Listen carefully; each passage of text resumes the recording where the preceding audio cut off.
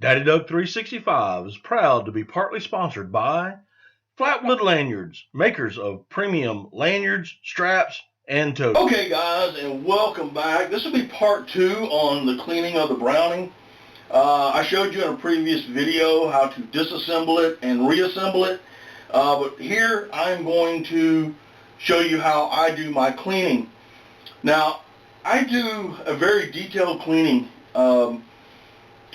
at the end of the duck season, or either I wait until after the turkey season, because you got ducks and you got geese and the conservation snow geese, and then turkey season rolls right on in, and then after that I'm going to be cleaning, detail cleaning my guns.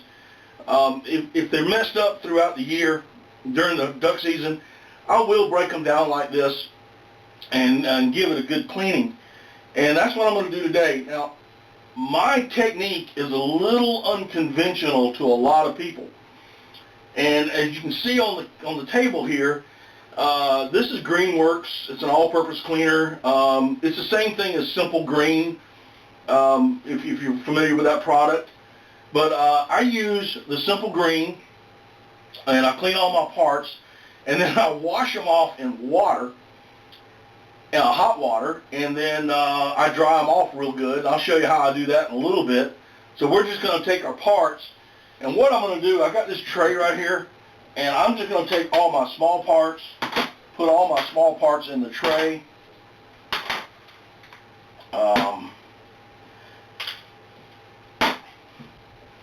And if you notice, all I'm using right now here is all my small parts. I still have my barrel, my spring, my receiver, buttstock, and some the plastics. I'll show you how I do that here in a little bit. But as you can see, these things are dirty, they're filthy, and we need another cleaning. So let's get started.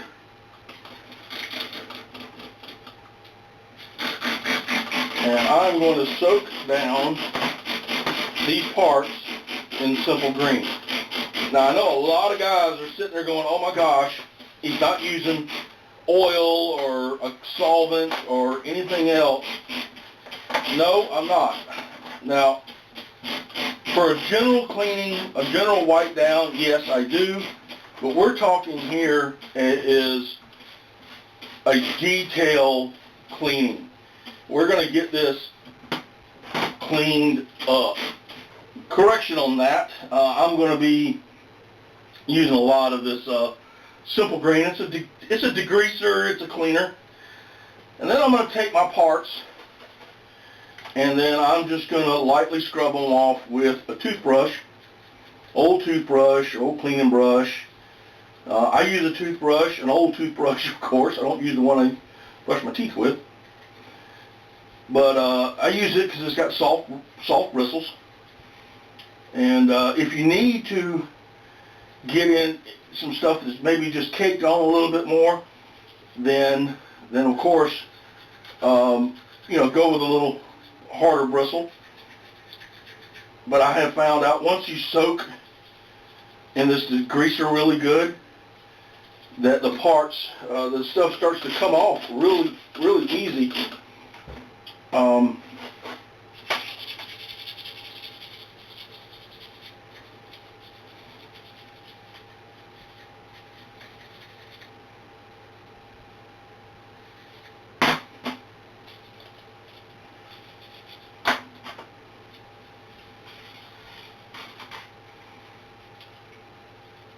Now you can use, there's a lot of different solutions that you can use with this. I've actually used Dawn dish detergent. If it's safe enough to go on animals during an oil spill, I don't see why it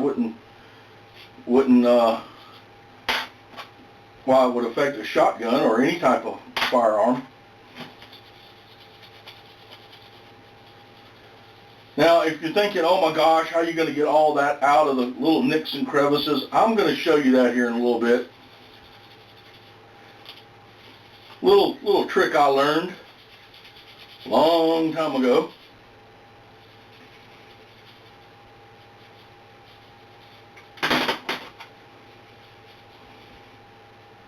I wish you could actually start to feel some of these parts. Before I started with this, you could feel the grit and the grime all over the parts, and it was really just gritty. They're actually starting to get smooth, almost like it's a brand new gun. It's kind of wild.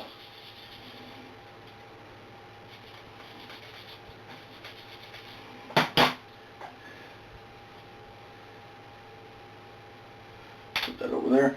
All right, so now we're here to the trigger. Now I told you I wasn't going to disassemble this trigger because there's a lot of springs and stuff in here, and even though I can do it, I'm just not going to do it today. But I want you to be very careful when you're doing this. There's a small spring right here, and I've had this spring actually come off on me while I was doing cleaning. It flew across the room. I have no idea where it went. So be very, very careful. I actually had to go to a gunsmith. I can't make the spring, and I had to go to a gunsmith to get a replacement. I could have probably got on Brownells or Midway USA or something like that and ordered a part, but I was in a hurry, and my gunsmith is local. He's got a lot of Browning parts, and so I wasn't too concerned about that. So just be very careful when you're cleaning. Because that spring will come off. And you see, I got my hand covering it because I don't want to have to run to the gunsmith today.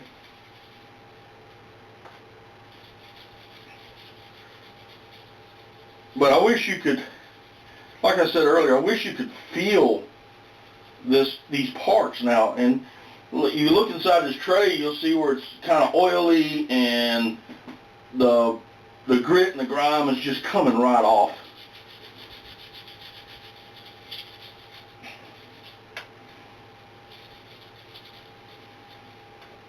Okay, so I've got that. Next thing I'm going to do is I'm going to start working on my spring here. Now, I don't know if you can see, it's the oil, the grit and the grime is just coming off of my on my hand here. But I'm going to do all the parts like this.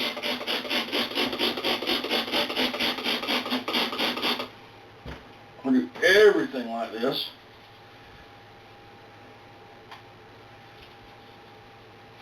A lot of carbon built up here, a lot of grit, a lot of grime. And this is just one duck season that this built up. So you can imagine, you spend 60 days duck hunting. Some of y'all have a little bit longer seasons.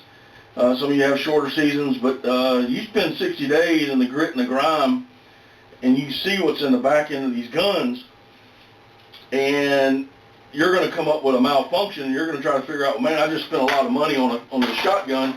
Why is it not working? I've only had it a year, I've only had it 2 years, 3 years, whatever, and it's not working. It's malfunctioning. It's not cycling properly, and the simple reason is filthy.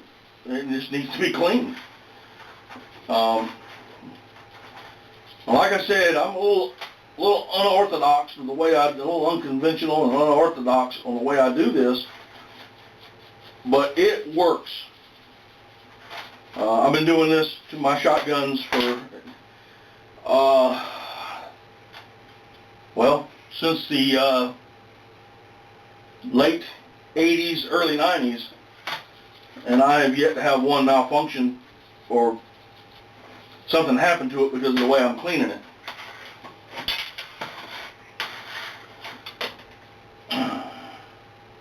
Now the only thing that I'm not going to do is the barrel, and I'll explain that in a little bit.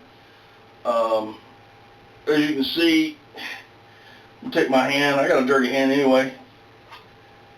I mean, it is just filthy.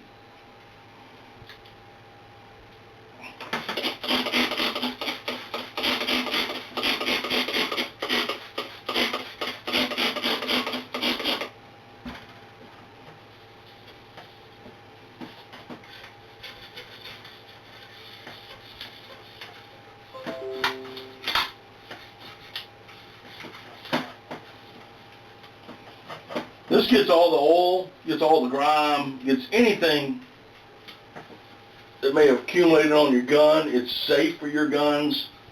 It's not going to hurt them. It's not going to hurt the finish. If you do it right and do it properly, like I said, I will show you that here in a little bit. I'll get this tube.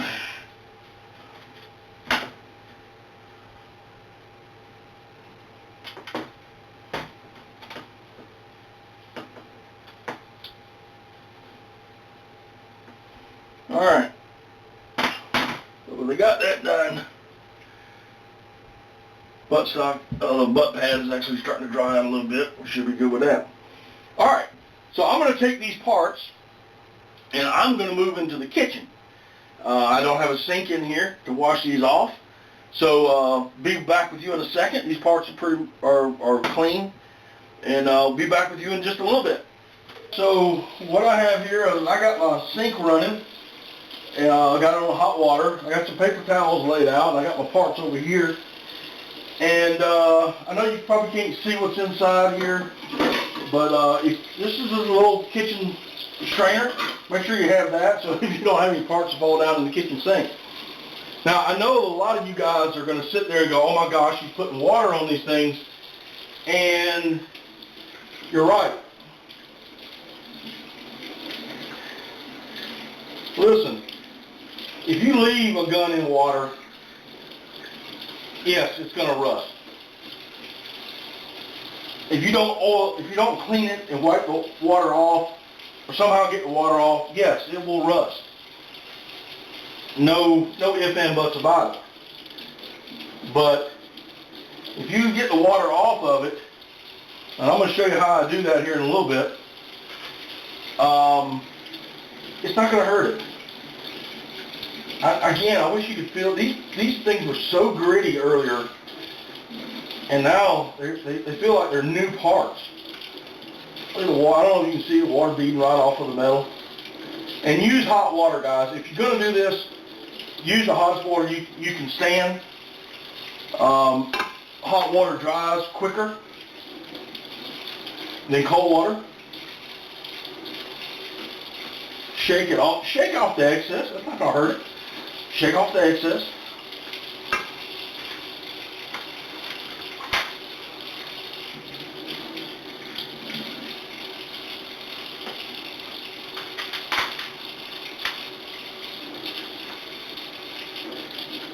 Like I said, just use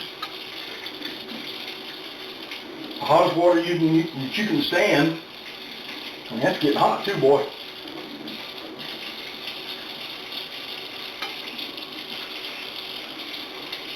Make sure you keep a good firm grasp on all these little pins and whatnot. You don't lose them.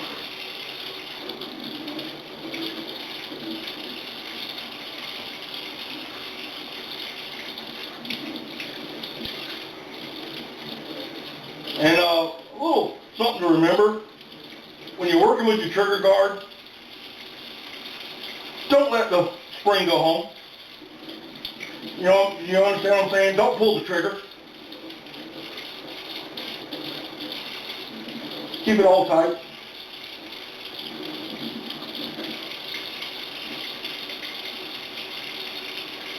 Now, I put it on paper towels to drain off any of the excess water.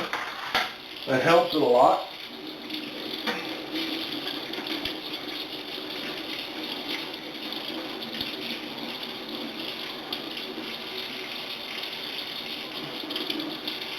I don't know if you can see it. I mean, I don't know if you saw it earlier, but man, this thing was just gritty and grimy and filthy. Now look at it. It's almost like it's brand new. All right.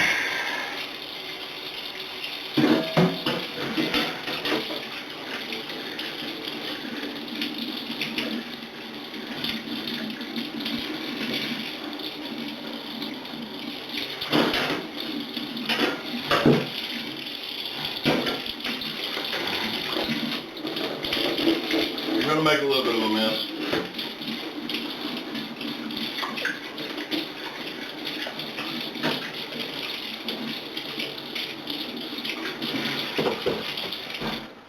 Y'all have to excuse the mess in the kitchen, but I live in this house. You understand? This is my house. I live in it. All right, I'm gonna put that right there, and I'm gonna clean off before I rinse it off. I don't know if you can see, but there's all the grit and the grime that came off.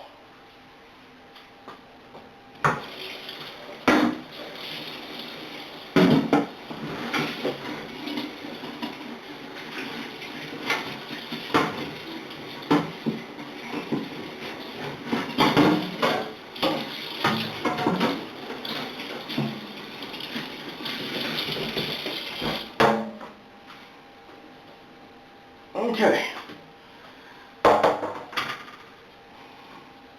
Now, as you can see, there's still some water beading up on it.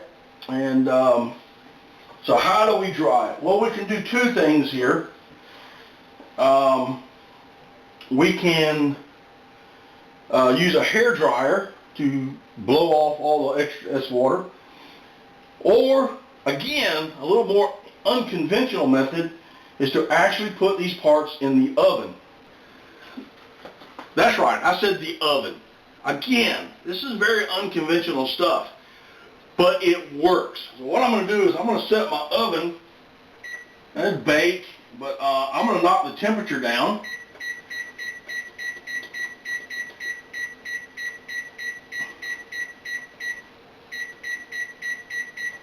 to 200 degrees. And I'm going to preset my oven. Now it's going to take about 3 minutes for my oven to heat up, and in that meantime, I'm going to get these parts back on the tray. So y'all stay tuned. Be right back. Now while I'm waiting on my oven to heat up, and I've got the parts back on the tray, here's another little tip. When you're doing this, don't put any parts that may have plastic on it. You don't want to put your stock or your forearm or that plastic sleeve or even your barrel into the oven. And the reason is, of course, it's plastic. It's a good possibility that it'll melt. Also, on your stocks and your forearm and the plastic sleeve, also your barrel. On the end of your barrel, you have a little plastic bead. A lot of guns, some of them have metal, but some of them have plastic, and you don't want that to melt, now do you? So don't do that. You clean those conventionally, you know, wipe them down. On your stocks, you don't want to use, especially if you have composite, you don't want to use a solvent because that'll eat up your stock, so you just kind of want to wipe them down a little bit. Your barrel, clean it normally like you conventionally do. Use a bore brush with a cleaning rod, get all the grit out. Run some patches, put some CLP or whatever your favorite cleaner is on it, and do it that way. Your choke tubes, I don't even put my choke tubes in here. It's not saying that you can't, I just don't. I just clean them conventionally. But so when you're doing your cleaning like this, if you happen to want to do this, don't put your plastic parts in the oven. You're asking for trouble. So anyway, my oven just beeped, so here we go. We're going to put this stuff in the oven.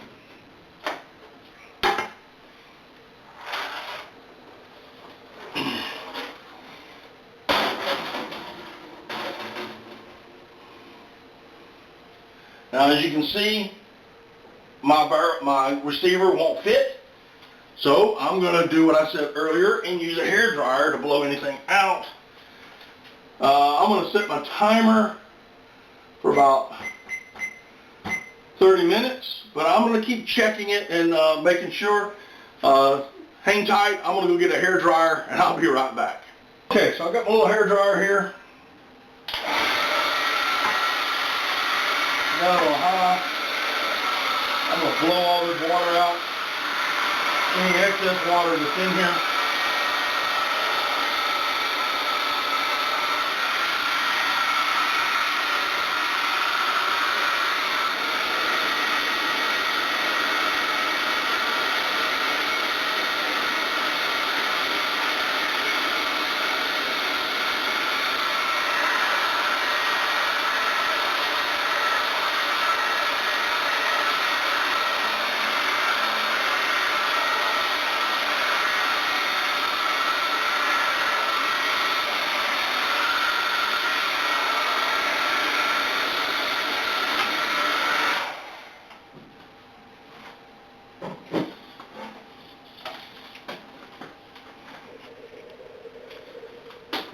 can see earlier, I don't know if you were paying attention, but this receiver was almost dry in the few minutes that I went to go get my hair dryer. And the reason is I'm using hot water. Hot water evaporates quicker. And so I just ran it over just a little bit just to see. And there we go. It's done. It's dried up. Put that over there. Get these wet paper towels up. And we'll see y'all in a little bit. Okay guys, so while I'm letting my parts dry in the oven, I'm going to work on my barrel and other little parts here. I'm going to start with my barrel first. Got a barrel brush. Just going to run it through. I'm quite sure that every one of you, but like I said, this is probably the only conventional thing that I do as far as cleaning my guns for the thorough cleaning. Now, you know, throughout the year while I'm hunting, if I need to run up, you know, do some just general maintenance, then yeah, then I'll do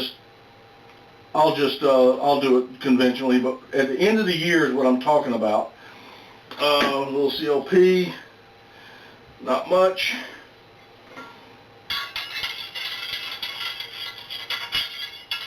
I lost my patch.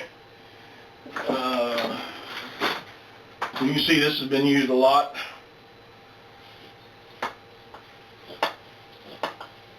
I'm going to put that over there. And my spring, just got a little CLP on it. This is the tube spring. You check it. You don't have to put a lot of CLP on it, just enough to, you know, wipe off any excess that you got. Your sleeve, make sure that it's, you know, it doesn't need to be 100% clean, but just make sure that there's no dirt and grime or filth or mud or excess water in it.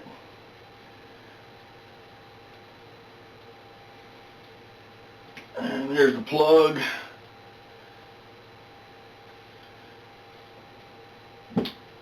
And I do the same thing with, you know, my stocks. I just make sure there's no mud or junk in there.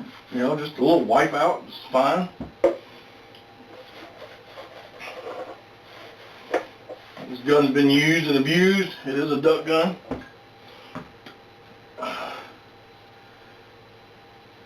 Butt pad. Make sure it's all nice and dry. I do the same thing with the receiver. Just to make sure there's no water. Let's see here.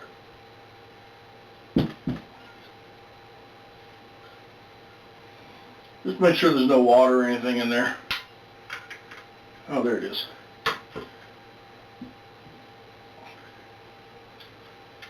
Any excess water, just get it out.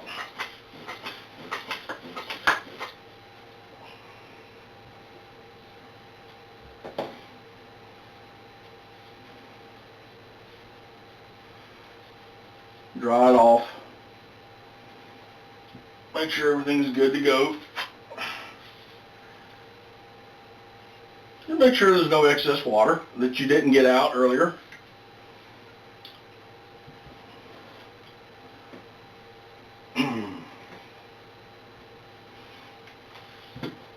And then when the other parts are done,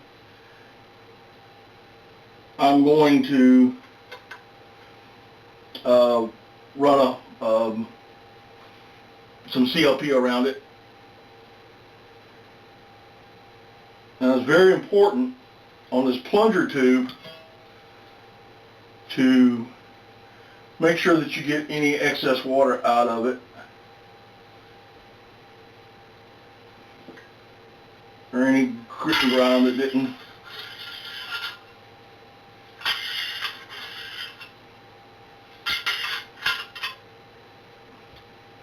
See, there's still a little excess.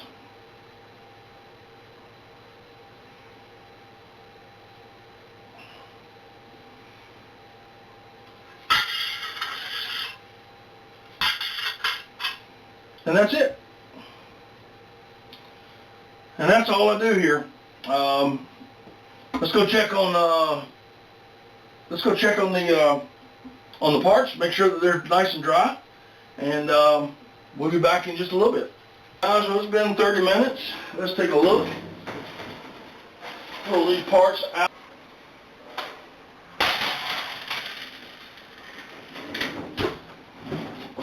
All right. So, like I said, they're a little bit warm. It is metal. It's been in hot. It's been in 200 degrees. So we're going to let these cool off just a little bit. And as you can see, I've got some COP. And once these cool off a little bit, I'm going to spray these down right here in the kitchen. And spray them down with COP right in here. And then we're going to take them back into my room in the back and start working on this. Be right back. Back to the parts. They're nice and cooled off, so I'm going to just take some COP. And I'm just going to put generous amounts of COP on here.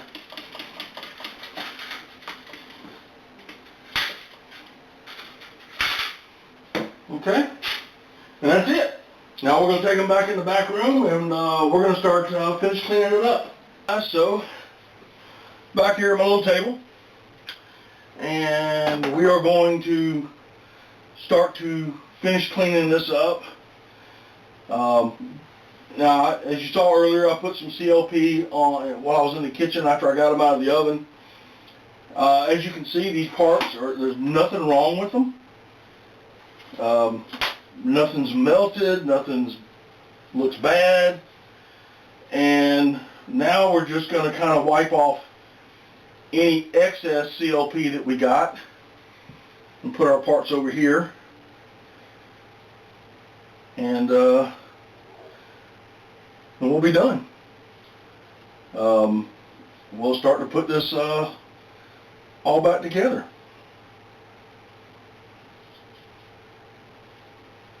Takes just a few minutes. Like I said, I'm just wiping off any excess.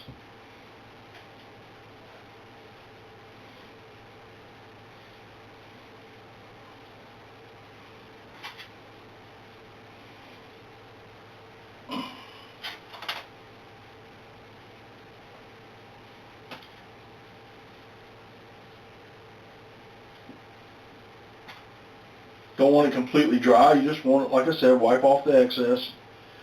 Put your parts off to the sides. You can get to them.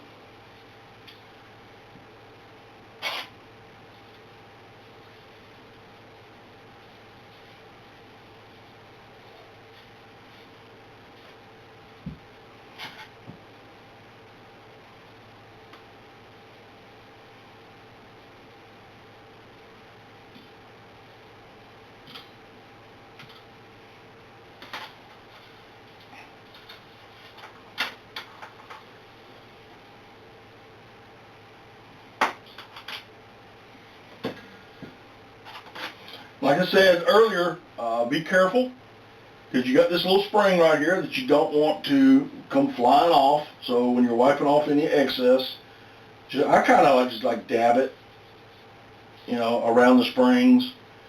You're going to want some in here to help protect it, help protect the metal and whatnot, but especially when you're putting it up for a while. But you definitely don't want to get that gold shining on that trigger. Now, I've never owned a Browning Gold. This is a Browning Silver, but I'm assuming that this will be pretty much the same.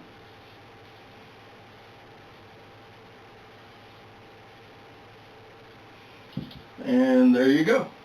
Okay guys, so you just saw me do a very unusual cleaning method on all my shotguns. Now, I just did the silver today for y'all, the Browning Silver, but I do all my shotguns this way. So my Browning A5, my Remington 1100, my Remington 16 gauge 11 and 20 gauge 1100s, I do them all the same way at the end of the season.